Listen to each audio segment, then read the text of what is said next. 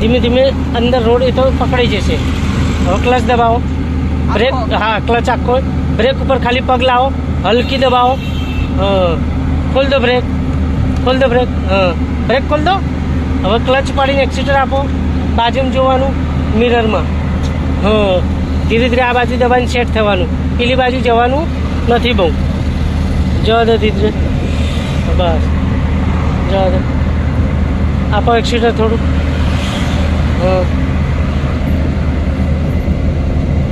આપો થોડી એક્સિટર.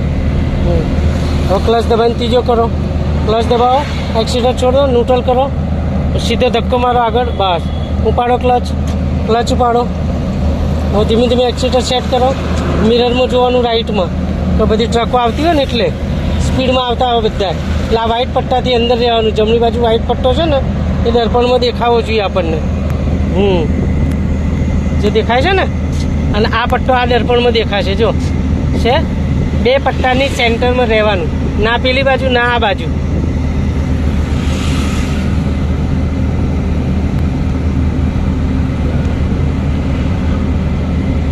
હવે ક્લચ દબાવો, થોડી સ્પીડ આલો, પહેલાં આપો સ્પીડ, આપો સ્પીડ.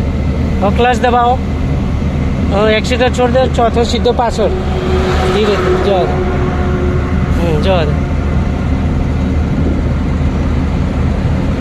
સ્લો, ધીમે ધીમે. ચાલીની સ્પીડ રાખવાની, ચોથો ગેર છે ને એટલે સ્પીડ એનાથી ડાઉન થાય તો ત્રીજો કરવો પડે.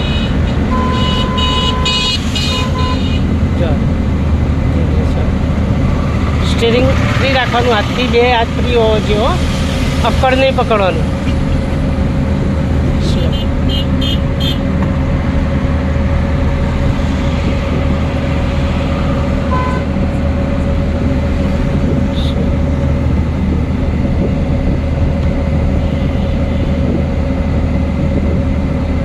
એક્સિટર થોડું ઓછું કરો,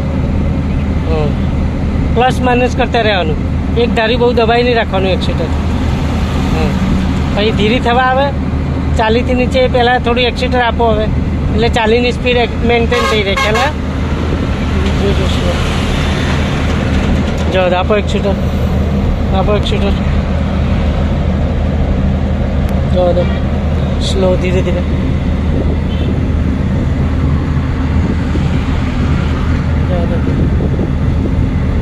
પટ્ટાની આ બાજુ પટ્ટો દેખાવો જોઈએ, હજી થોડી લેફ્ટ લો, બસ હવે દેખાશે. જો પટ્ટો દેખાય ને,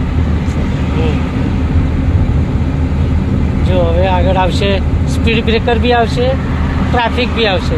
એટલે ત્યાં જેટલા થોડા નજીક જઈએ એ વખતે ક્લચ દબાઈ દેવાનું, બ્રેક ઉપર આવી જવાનું અને ગિયર બદલવાનું, બરાબર.